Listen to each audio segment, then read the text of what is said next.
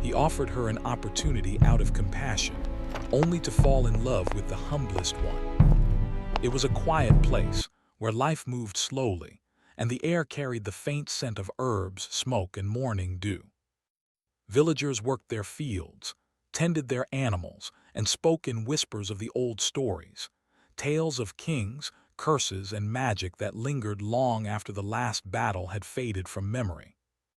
Among the villagers was Leora, a young woman whose presence was as calm as the streams she often wandered along.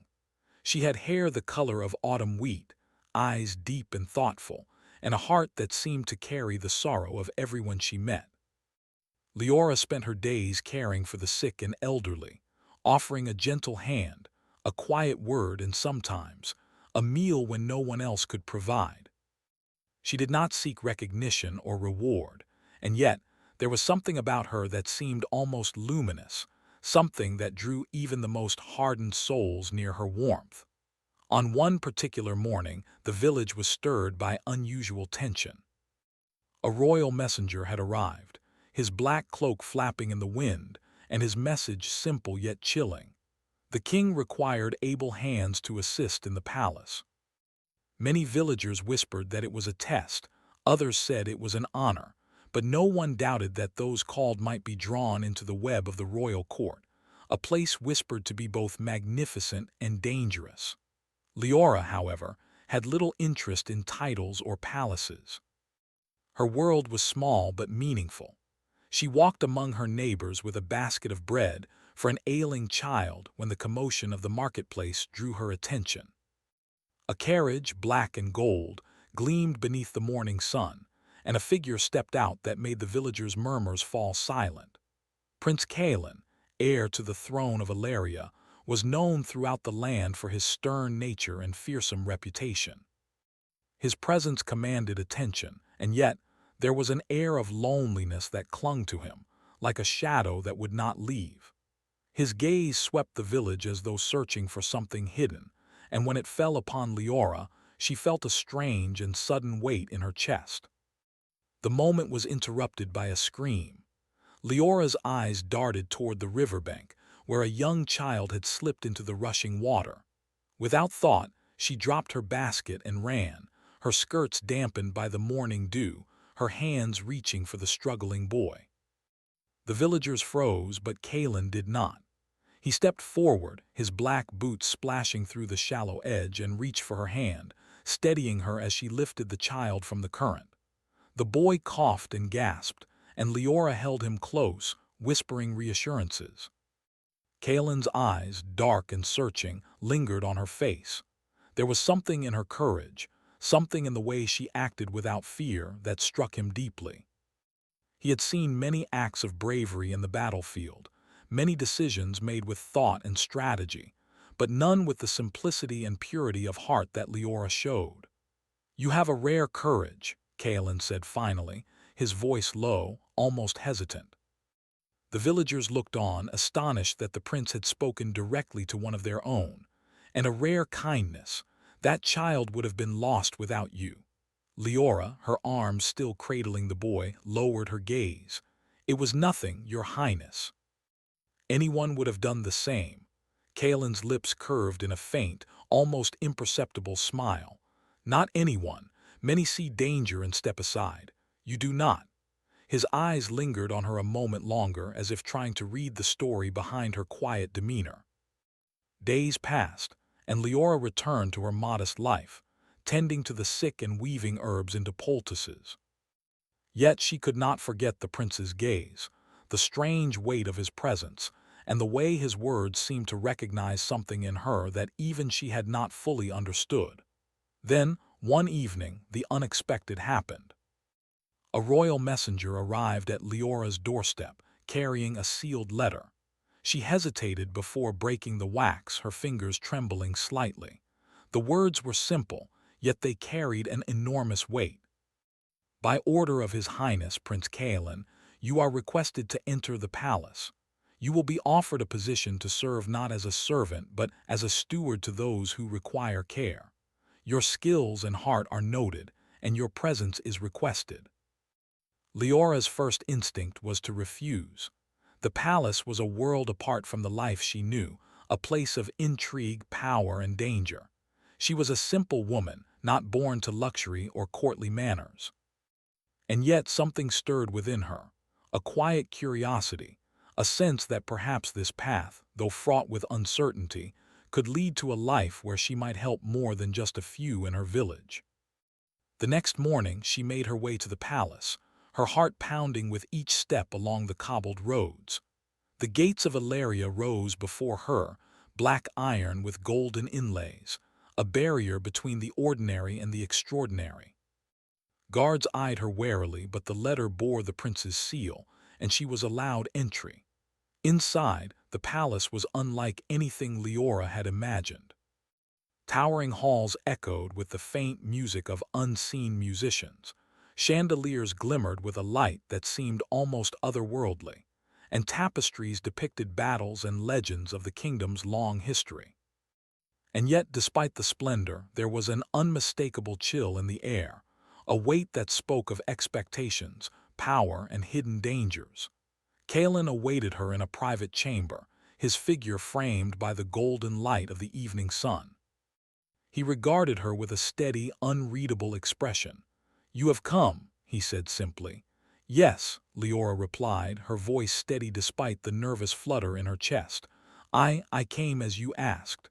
He nodded once, then gestured for her to follow him through the palace corridors. "You will care for those who have been neglected," he explained.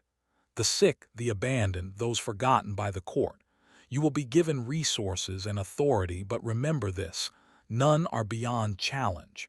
You will face resistance from those who do not welcome kindness." "I understand," she said, meeting his gaze. There was a moment of silence, and then Kalen spoke again, softer this time. "I did not offer this opportunity lightly. I do not often give trust, but something in you compelled me." Leora felt a warmth rise in her chest, a mix of gratitude and something unnameable.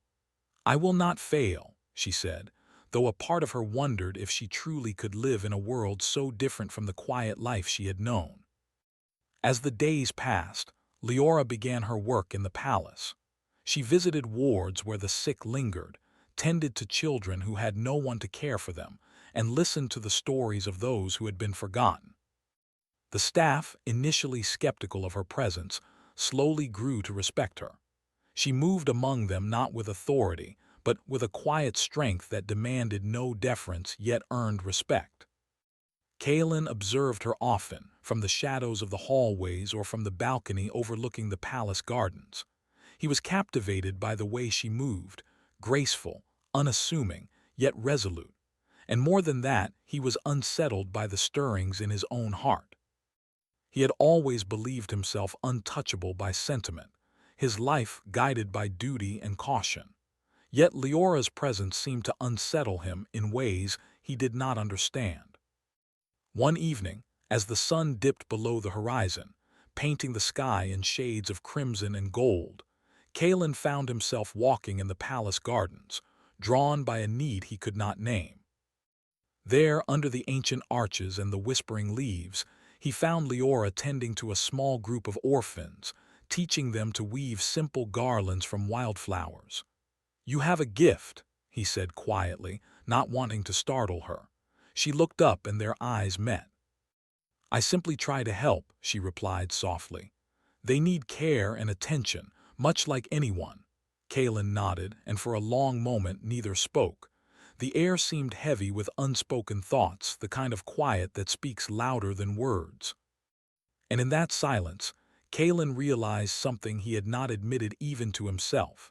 He was drawn to her, not for her position, nor her charm, but for the simplicity of her heart in a world so often clouded by ambition and fear. The evening passed, and Leora returned to her quarters, unaware of how deeply she had unsettled the prince. That night, Kalen stood alone by the balcony, gazing at the stars above the palace. He unrolled an old scroll, one that had been kept hidden in the royal library for decades. The faded words spoke of a prophecy. "A heart untouched by ambition shall stand against the curse that binds the blood of kings." Through compassion, the shadow may be lifted, but only when love and courage are tested. Kalen's fingers trembled over the parchment. He had never believed in prophecy, not truly. And yet, as he thought of Leora, the words took on a strange, undeniable meaning. She was the one who might change everything, though whether for ruin or redemption, he could not yet tell. And so, the palace slept under a silvered moon, while in one quiet chamber a young woman dreamed of helping others. In another, a prince wrestled with the first stirrings of a feeling he had long thought impossible. Outside, shadows whispered secrets of old curses, of trials yet to come, and of a love that might alter the fate of both kingdom and heart. The story had begun. The palace of Ilaria, though magnificent, carried a weight that seemed almost alive. Its tall towers cast long shadows at dusk, and the corridors echoed with whispers that had lingered for generations. Leora, now a part of this world, walked those halls with a mixture of awe and quiet determination. Though the palace was grand, it was also a place of careful observation. Eyes watched her every move, some curious, some wary, some resentful. The days passed in a rhythm of care and duty. Leora tended to the sick and neglected, always moving gently, always listening, always ready to comfort. Yet she could not ignore the subtle tension in the palace staff. Servants whispered behind closed doors, some questioning why a common village woman had been given such responsibility. Nobles looked down from their elevated balconies, their eyes sharp with suspicion. Even Kalen, who had invited her, could not shield her from the quiet judgments of a court that valued status above all else. Kalen observed her from afar, his dark eyes following her movements with a mixture of fascination and worry. He noticed the way her hands shook when a child cried, the careful tilt of her head when listening to an elder's fears, and the strength in her voice when she offered reassurance. She moved through the palace like a gentle force, changing the energy of those around her without demanding recognition. One evening, as the sun dipped low and painted the sky in gold and rose, Leora found herself wandering into the palace gardens. It was a secret place, hidden behind tall hedges and carved stone arches, where the air smelled of jasmine and the fountains whispered softly. She knelt by the edge of a small pond, dipping her fingers into the cool water as she thought of her village and the simple life she had left behind. "You find peace here, don't you?" a voice said behind her. Leora started, then turned to see Kalen standing in the shadow of a marble arch. He looked different outside the strict walls of the throne room, less guarded, more human. His eyes, always searching, seemed to soften in the light of the setting sun. I do," Leora replied. "It is quiet and the water calms the mind. Sometimes it feels like the world is small enough to hold only good things." Kalen smiled faintly, stepping closer. "And yet the world outside these walls is not so kind." His voice held a quiet weight, as though he spoke not just of the kingdom, but of himself. Leora looked at him, curiosity mixed with caution. Then perhaps kindness is needed the most in places where it is rare. His gaze lingered on her, and for a moment there was no distance between them, no rank, no expectation, only two souls trying to understand one another. He hesitated, then said quietly, "You may not know it, but you are changing more than this palace. You are changing me." Leora's heart fluttered, though she did not show it. She looked down at the water, tracing the ripples with her fingers. "I am only doing what I can," she said softly. "I am not certain I can change anyone else." Kalen took a deep breath, as if weighing the words he wanted to say. "Sometimes," he murmured, "a single heart is enough to shift the world." Days turned into weeks, and the quiet tension between them grew. Leora became aware of Kalen's presence without needing him to speak. She sensed him in the hallways, watching from the shadowed balconies, or lingering near the windows of the wards she tended. She noticed small gestures, a hand brushing a stray lock of hair from his face, the way he paused when she laughed, the way he moved quietly to avoid startling the children under her care. The palace itself seemed to reflect their growing connection. The corridors, once cold and intimidating, felt warmer when she walked them. The distant hum of music seemed brighter, softer, as if responding to her presence. Yet beneath this quiet bloom there was tension. Whispers of courtly intrigue grew louder, and some of the nobles began to question Kaelin's judgment in trusting a village girl with so much responsibility. One afternoon, a messenger arrived with troubling news. A minor rebellion had begun to stir in the northern provinces, and the king demanded Kaelin's presence to discuss strategy. Leora, overhearing the guards' hushed conversation, felt a chill creep along her spine. Though she had never known war firsthand, she understood the weight of danger, and her concern for Kaelin stirred an unfamiliar fear within her. That evening, she found him in the private library, poring over maps and letters. His shoulders were tense, his brow furrowed. When he saw her, he straightened slightly, but his eyes betrayed the weight he carried. "You should not worry yourself with these matters," he said, his tone gentle but firm. "This is not your concern." Leora stepped closer, her gaze unwavering. "It is my concern if it worries you. You bear this burden alone too often, Kaelin." He looked at her, searching her face as if trying to understand the courage she carried. "I am not used to companionship in such matters," he admitted quietly. "I have been taught to trust few, to rely on none, and yet I find your presence unsettling in ways I cannot name." Leora tilted her head, sensing the honesty behind his words. "Perhaps it is not unsettling," she suggested softly. "Perhaps it is needed." For a long moment they stood in silence, the only sound the rustle of paper and the distant chime of the palace clock. Neither spoke again, yet the unspoken understanding between them deepened, a fragile thread of connection that neither could deny. As days passed, their bond continued to grow, though it was tested in quiet ways.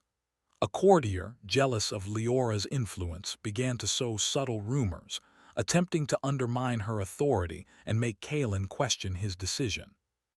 Leora faced these challenges with a mixture of patience and quiet determination, never retaliating, but letting her actions speak louder than words. Kaelin, in turn, found himself defending her in subtle ways, ensuring her efforts were supported, offering quiet words of encouragement, and standing near when whispers grew too loud. One evening, under the glow of a silvered moon, Kaelin found Leora alone in the gardens once more. She was seated beneath the flowering arches, weaving simple garlands of moonflowers and daisies. The scent of the blossoms filled the cool night air, and Kaelin paused, taking in the scene. "You are always calm here," he said, his voice soft. "Even when the palace feels heavy, you seem to carry a light with you."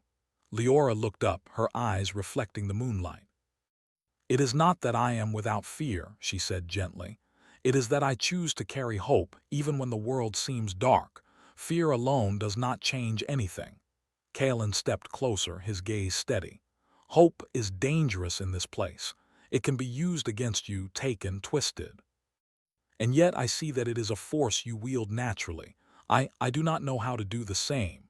She smiled faintly, a gesture that held both warmth and understanding. "Then perhaps you only need to remember that kindness and courage are not weaknesses. They are strength, even in the darkest places." Her words lingered in the air, and Kaelin felt a stirring he had long tried to suppress. It was not desire, not exactly, but something deeper, a longing, a recognition that in Leora's presence he could be more than the prince, more than the heir to a cursed throne. He could be human, vulnerable, and capable of feeling beyond duty. That night, Kaelin could not sleep. He wandered the palace halls, thinking of the prophecy he had read weeks before. The words echoed in his mind. "A heart untouched by ambition shall stand against the curse that binds the blood of kings." Through compassion, the shadow may be lifted, but only when love and courage are tested. He thought of Leora, of her quiet courage, of the way she inspired those around her. He realized, with a mix of awe and fear, that she was the one the prophecy spoke of. And yet the thought filled him with dread. If she were to be the key to lifting the curse, what dangers awaited her? What trials would she face in the name of love, in the name of hope? Meanwhile, Leora could not ignore the tension she sensed in Kalen. He was not only a prince with burdens of duty, but a man wrestling with feelings he did not yet understand. She wished to reach out to him, to offer comfort, yet she feared overstepping boundaries, fearful that her presence might complicate a life already weighed down by responsibility. One night, a shadow moved through the palace halls. It was neither wind nor whisper, but something darker, a chill that seemed to follow them, an invisible reminder that the palace and its history were alive with secrets. Leora felt it first, a shiver that traced her spine as she returned to her chambers. Kalen, sensing her unease, arrived at her door. "You are not afraid of what walks in the shadows, are you?" he asked quietly. "I do not know," Leora admitted, "but perhaps some fears are meant to be faced together." Kalen's gaze softened, and for a fleeting moment, he allowed himself to hope that they could face whatever shadows loomed ahead, together. Yet even as he reached for her hand, a whisper of doubt crept into his mind, a reminder that the prophecy and the curse had not yet revealed their full power.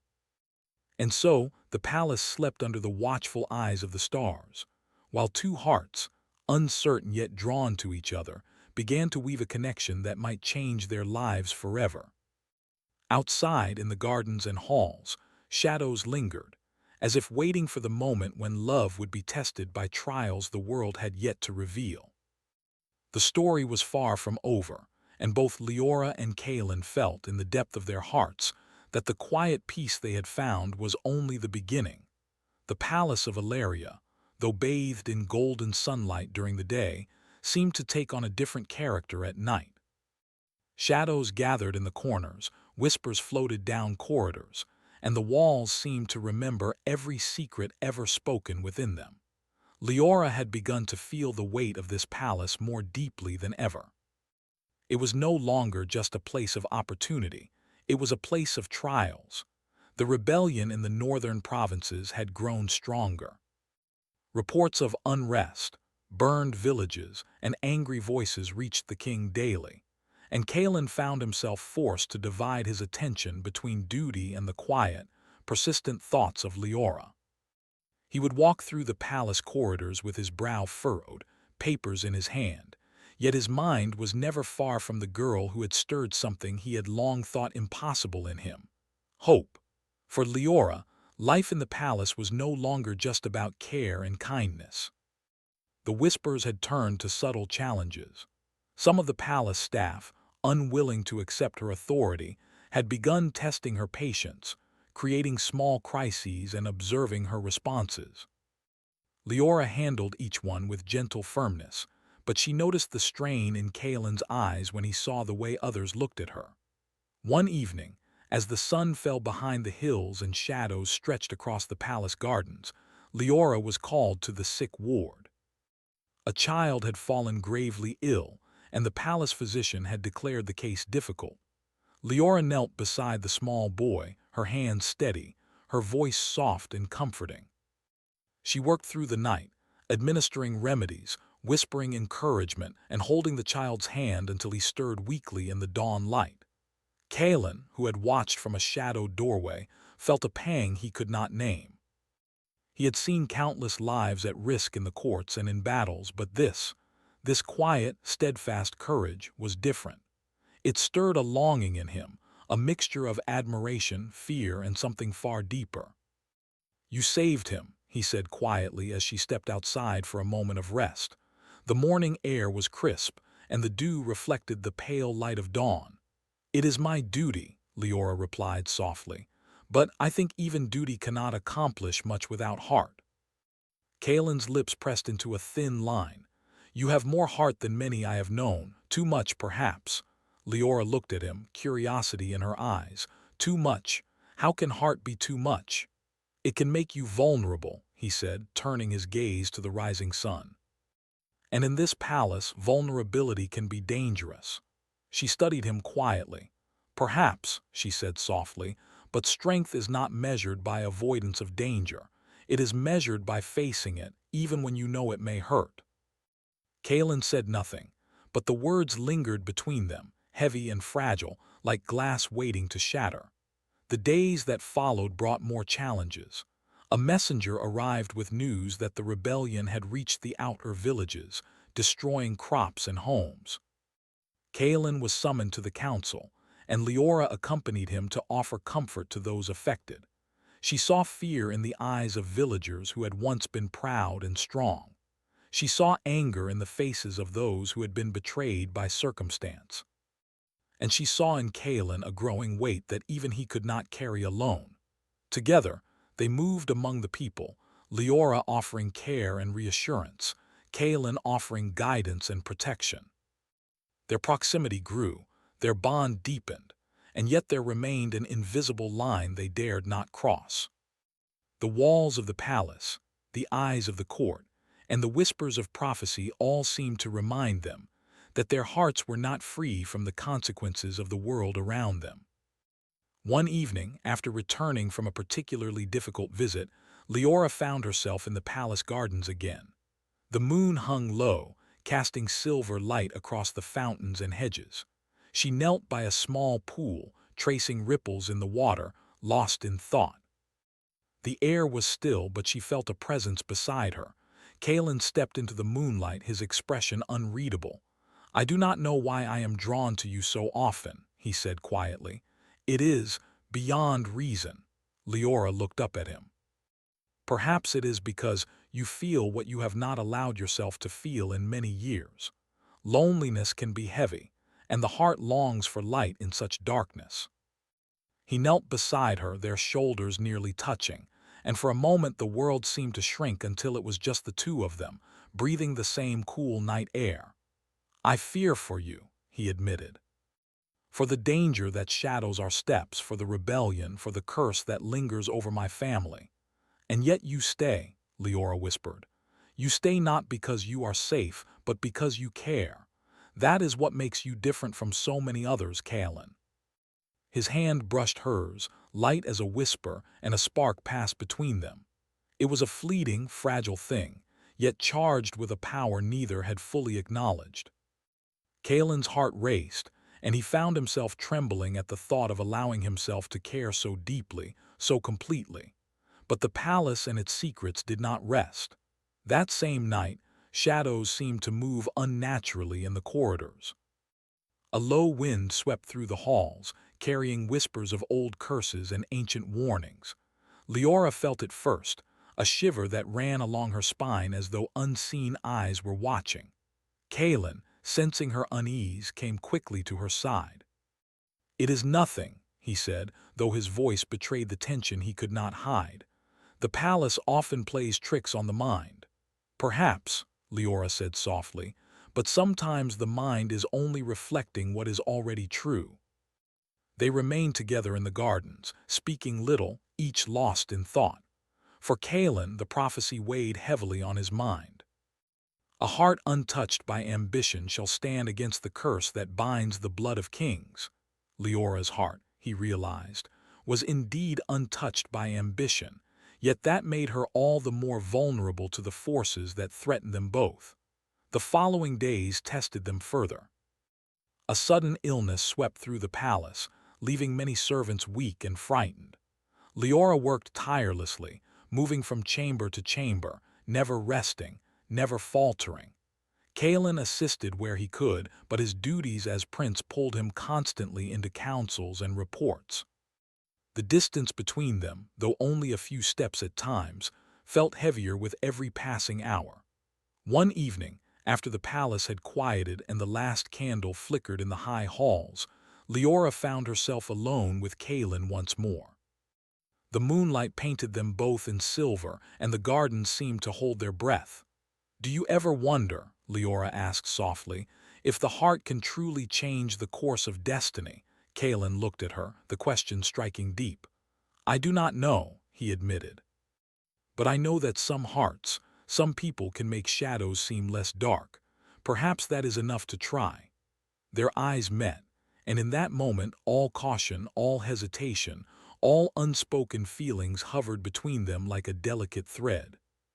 Kaelin wanted to reach for her to close the distance, yet the weight of duty and prophecy held him back. Leora, sensing the same pull, felt a longing she could not name, yet understood completely. Suddenly, a cry shattered the quiet. A guard ran into the garden, his face pale. "Your Highness, the northern walls, they have been breached. Rebels have entered the outskirts of the city." Kaelin's expression hardened instantly. The protective prince, the leader, the man of duty, returned in a heartbeat. He turned to Leora, his eyes intense. "Stay here. Do not leave the garden, promise me." "I will be careful," she said, though her voice held no fear. "And you must be careful as well." "I will," he replied, but the uncertainty lingered in his eyes. He took her hand briefly, a silent acknowledgement of the bond between them, before rushing toward the palace gates to face the threat. Leora watched him disappear into the night, her heart heavy with worry. She felt the weight of everything, the rebellion, the curse, and the pull she could not resist toward the prince who had become more than just a leader to her. She realized, with a mix of fear and longing, that the trials were only beginning, and that her heart, too, would be tested in ways she could not yet imagine. That night, as the palace guards clashed with intruders and the distant cries of battle echoed through the stone walls, Leora knelt in the quiet garden, her hands folded as though in prayer. The moon shone above, and the shadows seemed to shift with every breeze. She whispered a silent hope, not just for safety, but for the courage to face whatever trials were to come, and for the chance to stand beside Kaelin through them all. And somewhere in the palace, Kaelin fought not only the rebels but the turmoil in his own heart, realizing with a sharp ache that the prophecy was not only a warning, it was a challenge, one that required courage, trust, and love. As dawn broke over Ilaria, the battle at the gates was over, though the cost was yet to be fully seen. The palace stood, the rebels were pushed back, but the air carried the tension of what was to come. Leora and Kaelin, though separated by circumstance, were drawn together by threads that neither fully understood, yet both felt with startling clarity. The shadow of the curse, the unrest of the kingdom, and the power of their growing bond all hovered on the horizon, promising trials that would demand every ounce of courage, every bit of compassion, and every heartbeat of love they had to give. The story was far from over. And both Leora and Kaelin knew, deep in their hearts, that the true test was yet to come. The kingdom of Ilaria stirred with a restless energy. The rebellion had been driven back, but the palace still carried an unease that could not be shaken. Whispers of ancient curses clung to the halls like a stubborn mist, and even the golden sunlight could not banish the sense of shadow that lingered in every corridor. For Kaelin and Leora, the days of quiet reflection were over. Their trials had only just begun. It began with the dreams. Leora would awaken at dawn with visions of shadowed figures and crumbling halls. She saw Kaelin, trapped in darkness, unable to reach her, and herself standing at the edge of a precipice, calling out in vain. Each dream left her trembling, yet also filled her with resolve. She knew now that the prophecy was not a distant tale, it was alive, waiting for them to act. Kaelin, too, was haunted. He moved through the palace with his usual command, but in quiet moments he stared at the walls, listening to whispers no one else could hear. The curse of his family, the one that had shadowed generations, was stirring. It demanded sacrifice, demanded fear, and demanded control. And he realized with a sharp clarity that the curse would not relent until it had tested them both fully, mind, heart, and spirit. One evening, as the sun bled crimson across the horizon, Leora found Kaelin in the royal chambers, standing before the ancient mirror that had always been said to hold secrets of the past. His reflection was shadowed, and yet his eyes searched for something he could not name. "You are thinking of the prophecy again," Leora said softly, stepping closer. Her presence calmed him in a way nothing else could. "I cannot stop thinking of it," Kaelin admitted. It speaks of danger, of sacrifice, and yet it also speaks of you, of hope. Leora's hand found his, and she held it gently. Then perhaps we do not face it alone, she said. Whatever comes, we face it together. Kalen looked at her, the weight of the kingdom pressing upon his shoulders, yet feeling lighter for the first time in years. Together, he repeated, the word a promise and a prayer. The first test came swiftly. One night, as a storm rolled over the palace, the shadows seemed to twist and gather in the great hall. Candles flickered, and the wind carried a voice, low, echoing, almost alive. It spoke of the curse, of the lineage of kings, of the darkness that could only be lifted by a heart pure and brave. Kalen and Leora stepped into the hall together, the storm raging outside. The shadows gathered into a figure, a dark, shifting shape that moved with intelligence and menace. It spoke in a voice that was both many and one. "You are the heir," it said, addressing Kalen. "And you, the untouchable heart," it turned to Leora, "you are the key. Only together can the shadow be broken. Only together can the bloodline be freed." Kalen's jaw tightened. "What must we do?" he demanded. His voice held the authority of a prince, but also the fear of a man who knew the stakes were beyond any battle he had ever fought. The shadow figure extended a hand, and the floor beneath them seemed to ripple. Images flashed before their eyes, the palace in ruins, the kingdom crumbling, and themselves, separated, powerless to act. "You must face the truth of your hearts," the voice said. "You must choose not fear, not power, but courage and love. Only then will the curse be undone." Leora stepped forward, her hand still in Kalen's. "We do not fear," she said softly, her voice steady even as her heart raced. "We will face this together. We will choose hope, and we will choose each other." Kalen nodded, feeling a warmth spread through him as he grasped her hand firmly. "I choose you," he said, and his voice carried the weight of generations and the certainty of his own heart. The shadow figure recoiled as if struck. The darkness that had filled the hall seemed to shiver, then dissolve like mist in sunlight. The storm outside broke, leaving the palace drenched but calm, the candles steady and bright once more. The prophecy had been fulfilled, not through battle nor through cunning, but through the courage to face fear together and the willingness to love without hesitation. In the days that followed, the kingdom slowly returned to peace. The rebellion had been quelled, and Kalen moved to rebuild trust and order in the northern provinces. Leora continued her work, not just within the palace but across the kingdom, bringing care, hope, and healing to those who had suffered.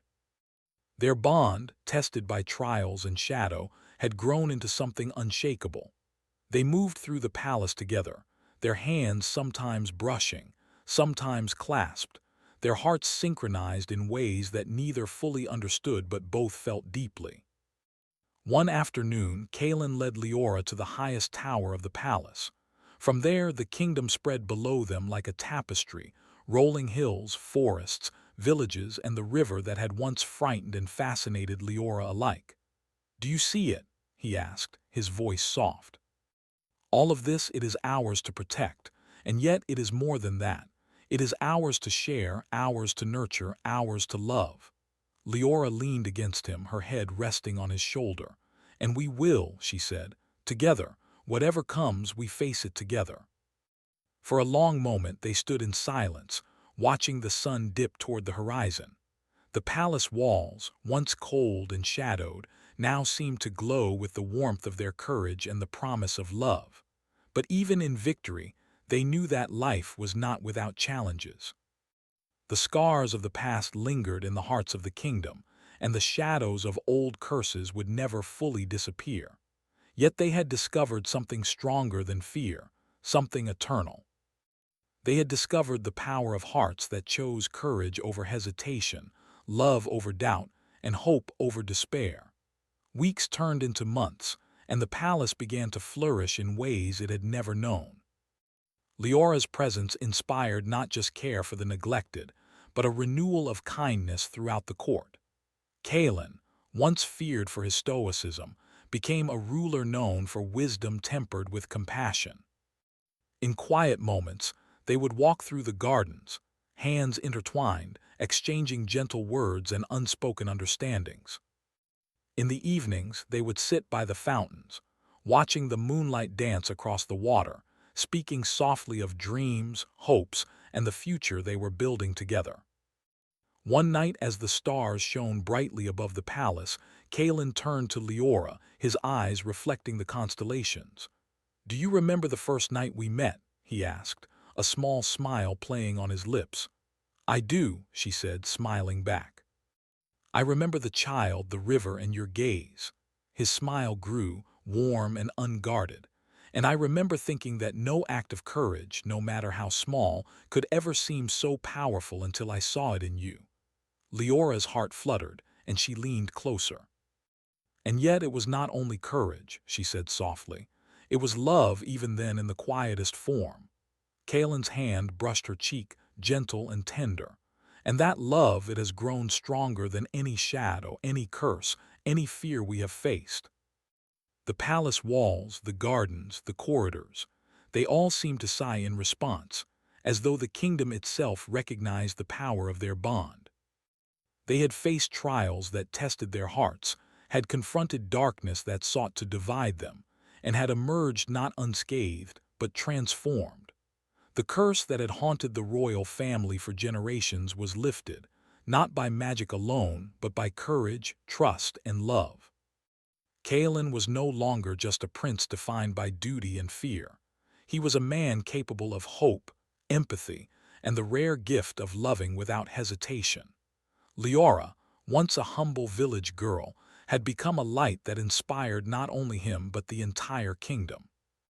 And as they stood together beneath the stars, hands clasped, hearts aligned, they understood that true strength was not measured by titles or power, but by the willingness to face darkness with another's hand in yours. The shadows of the past had faded, and though challenges would always come, they faced them as equals, partners, and companions. The prophecy had been fulfilled, not by fate alone, but by choice. The choice to believe in each other, to trust, to hope, and to love. The kingdom of Ilaria would remember this time not for battles or curses, but for the story of two hearts that had transformed not only themselves, but the world around them. Kalen and Leora had shown that even in darkness, courage and compassion could prevail, and that love, pure and steadfast, was the greatest force of all. As dawn broke over the kingdom, the first rays of sunlight touched the palace towers, the gardens, and the river. Leora and Kalen stood at the highest balcony, watching the kingdom awaken. The wind carried the scent of flowers and the promise of a new day, a day they would face together, hearts united, ready for whatever came next. For the first time in generations, the palace, the kingdom, and the hearts of its people knew peace. And in that peace, love was free to flourish, unshadowed and eternal. The story had reached its end, yet in truth, it was only the beginning of a life shared, a life where courage, hope, and love would guide them forever.